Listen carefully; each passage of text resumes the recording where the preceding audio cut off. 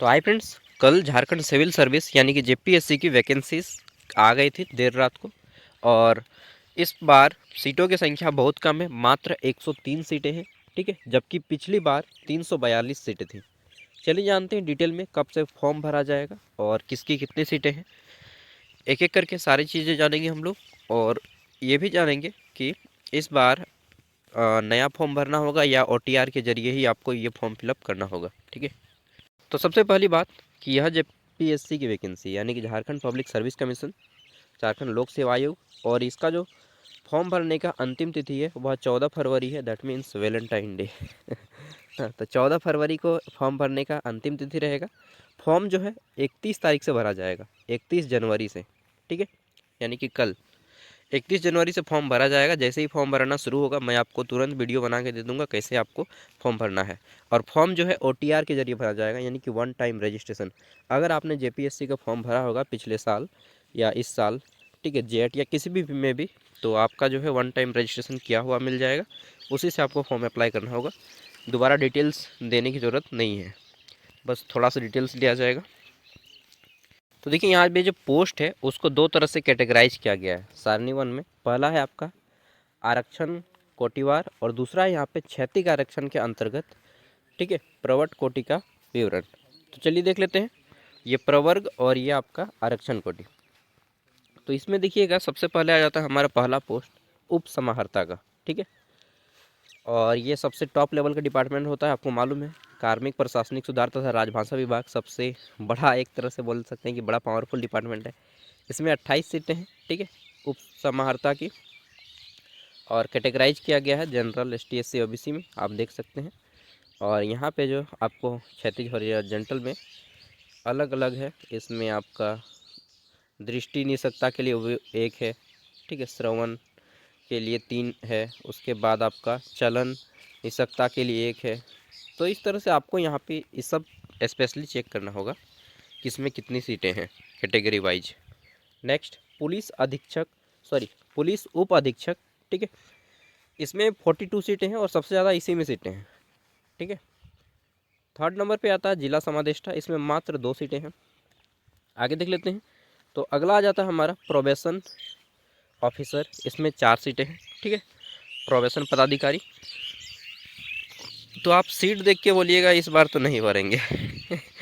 मतलब इस बार केवल उसी लोगों का हो पाएगा, मैक्सिमम बता रहे हैं, जो लोग ऑलरेडी इंगेज्ड हैं या फिर जिनकी तैयारी बहुत अच्छे तरीके से हो चुकी है, क्योंकि सीटों की संख्या कम है और वैकेंसी भी कम है। ठीक है, नेक्स्ट देख लेते हैं, तो अगला आ जाता है हमारा सहायक निदेशक महिला बाल विकास एवं सुरक्षा विभाग की ओर से। ये आपका है प्रोबेशन अधिकारी। ठीक है, तो इसमें जो है आपका कितने हैं, 3 सीटें हैं। नेक्स्ट अगला आ जाता है, तो ये नेक्स्ट है सहायक निबंधक का, ये सहायक निर्देशक का है, यानी कि असिस्टेंट कोऑर्डिनेटर का। और ये आपका सहायक निबंधक का है, यानी कि असिस्टेंट रजिस्ट्रेशन। ठीक है, तो इसमें देख लेते हैं, इसमें मात्र 2 सीटें हैं। फिर आ जाता है इसमें 10 सीटें हैं सहायक नगर आयुक्त। ठीक है, और फिर आ जाता है काराधीक्षक, तो इसमें आपका 2 सीट है। और लास्ट में आ जाता है सहायक निर्देशक सह जिला जनसंपर्क पदाधिकारी, इसमें मात्र 10 सीट है। कुल मिला के 103 सीटें होती हैं। इसमें से अगर आप देखिएगा, ठीक है, तो 50 सीटें जो है आपका अनरिजर्व हैं, और बाकी के मात्र 53 सीट जो है, मतलब 50 सीट अनरिजर्व और 53 सीट जो है रिजर्व कोटा में आता है। ठीक है, उसमें भी आपका कैटेगरी वाइज है, मतलब देखिए आपके लिए कितनी कम सीटें हैं, एक्चुअल में कितनी कंपटीशन है वो देख लीजिए, तब जाके फॉर्म भरिएगा। ऐसा नहीं कि अनपढ़ाड़े फॉर्म भर रहे हैं। ठीक है, तो एक्चुअल आप एनालिसिस कर लीजिए कि आपके लिए कितनी सीटें हैं। ये मत देखिए कि अदर लोग क्या बोल रहे हैं कि भाई एक आपको एक ही सीट चाहिए। नहीं, आपको एक ही सीट चाहिए, लेकिन उस एक सीट के लिए कितना आदमी फाइट कर रहा है ये भी तो देखना पड़ेगा। सब कोई पॉजिटिव बता रहा है, लेकिन मैं नेगेटिव बता रहा हूँ आपको। चलिए, क्योंकि आप फालतू में इस चीज़ के पीछे टाइम वेस्ट कीजिएगा। ठीक है, झूठ मूठ का जब तैयारी नहीं फिर भी फॉर्म अप्लाई करके कोई फ़ायदा नहीं है। तो यहाँ पे देख लीजिए, आपको ग्रेड पे वगैरह सब दे दिया गया है, सब 5400 और 4800 पे आता है। अब आगे देख लेते हैं नेक्स्ट, तो हमारा यहाँ पे आ जाता है शैक्षणिक योग्यता। तो सिंपल होता है if you are undergraduate, ठीक है, देन यू आर एलिजिबल। अगर आप सिंपल अंडर ग्रेजुएशन में भी हैं या फिर ग्रेजुएशन कंप्लीट हो चुका है तो भी आप एलिजिबल हैं, ठीक है। आगे देख लेते हैं नेक्स्ट। तो यहाँ पे उम्र सीमा की बात किया गया है। तो उम्र सीमा बोला गया है 1 अगस्त 2026 के आधार पे काउंट की जाएगी, ठीक है। संयुक्त असैन्य सेवा प्रतियोगिता परीक्षा 2025 में सम्मिलित होने वाले अभ्यर्थियों के लिए अधिकतम उम्र एवं न्यूनतम उम्र की गणना जो है 1 अगस्त 2026 के आधार पे की जाएगी। यानी कि जो अभी चल रहा है 2026, इसी महीना का अगस्त, ठीक है, अगस्त माह को लिया जाएगा। इसके आधार पे आपकी उम्र कम से कम 21 साल, मतलब कोई कैंडिडेट अभी लगभग 20 साल का भी है ना, तो वो भी एलिजिबल हो जाएगा इसके लिए, क्योंकि अगस्त बोला है ना, अगस्त 2026 जो कि आया नहीं है, उस टाइम तक अगर आपका 21 साल हो जाता है तो भी आप एलिजिबल हैं। तो 21 साल और मैक्सिमम जो है 35 ईयर 35 साल रखा गया है, ठीक है। बाकी रिजर्वेटिंग कोटा के लिए आपको रिजर्वेशन भी मिलता है 37 साल, 38 साल, 40 साल, जितना तक आपको अटेम्प्ट देना है। आगे देख लेते हैं नेक्स्ट। तो यहाँ पे आ जाता है नंबर ऑफ अटेम्प्ट्स। तो यहाँ पे आप कितना भी अटेम्प्ट दीजिए, इससे कोई मतलब नहीं है, ये यूपीएससी नहीं है, ठीक है, कि आपको फिक्स अटेम्प्ट ही दिया जाएगा। There shall be no limitation on number, ठीक है, ऑफ अटेम्प्ट्स। तो यहाँ पे आपको जितना मन करता है उतना अटेम्प्ट दीजिए। आगे देख लेते हैं।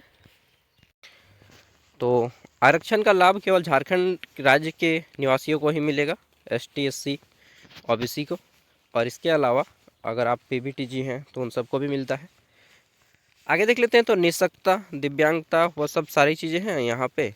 अब मेन चीज़ आती है कि भाई फॉर्म कब भराएगा। हालांकि सीटों की संख्या बहुत लिमिटेड है, और इस बार मैं कहूँगा कि अगर आप फ्रेशर कैंडिडेट हैं, एग्ज़ाम देखने के लिए देना है तो दे दीजिए, बट सीरियसली होके शायद मुश्किल है। चलिए आगे देख लेते हैं।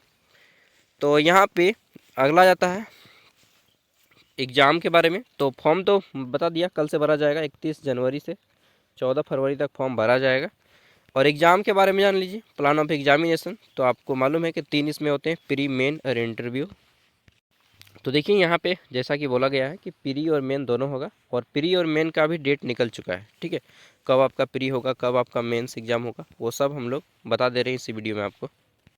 तो देखिए यहाँ पे 8 मार्च को पीटी लिया जाएगा, ठीक है। प्रारंभिक परीक्षा प्रिलिमिनरी टेस्ट आपका जो है 8 मार्च को लिया जाएगा, पीटी, यानी कि अभी लगभग फरवरी आ गया, फरवरी मार्च 2 महीना का टाइम है। तो सबसे पहले आता है प्री, जो कि लगभग हर कैंडिडेट इसको क्वालिफाई कर ही जाता है जो थोड़ा सा पढ़ता है, ठीक है। तो यहाँ पे देख लेते हैं, लेकिन इस बार वैसा नहीं होगा। इस बार नंबर ऑफ सीट्स कम है, तो आपको जो मेन एग्ज़ाम में लिया जाएगा वो कम ही कैंडिडेट को लिया जाएगा। पिछली बार बहुत ज़्यादा कैंडिडेट को ले लिया गया था। तो यहाँ पे आपका 200 मार्क्स का होता है, ठीक है, पेपर 1 एंड पेपर 2 मिला के, और 2-2 घंटा का टाइमिंग रहता है, ठीक है। सभी क्वेश्चन ऑब्जेक्टिव रहते हैं। बाकी सारा सिलेबस यहाँ पे डिटेल में दिया हुआ है, प्री का, मेन का, ठीक। तो आप देख लीजिएगा।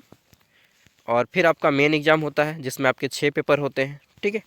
तो सब कुछ दिया गया है, ये पीडीएफ मैं आपको वीडियो का डिस्क्रिप्शन में दे रहा हूँ। और मैं यही बोलूँगा कि हाँ, अगर आप दे रहे हैं तो दीजिए, बट उम्मीद कम है कि आपका सिलेक्शन होगा, ठीक है, क्योंकि मैक्सिमम चीज़ें क्या होती हैं वो आपको मालूम है। और साथ में सीटों की संख्या भी कम है। फेयर तरीका होता है लेकिन पूर्णतः फेयर नहीं होता है, ठीक है, झारखंड में सभी चीज़ें। और यहाँ पे डिटेल में सिलेबस भी दिया गया है।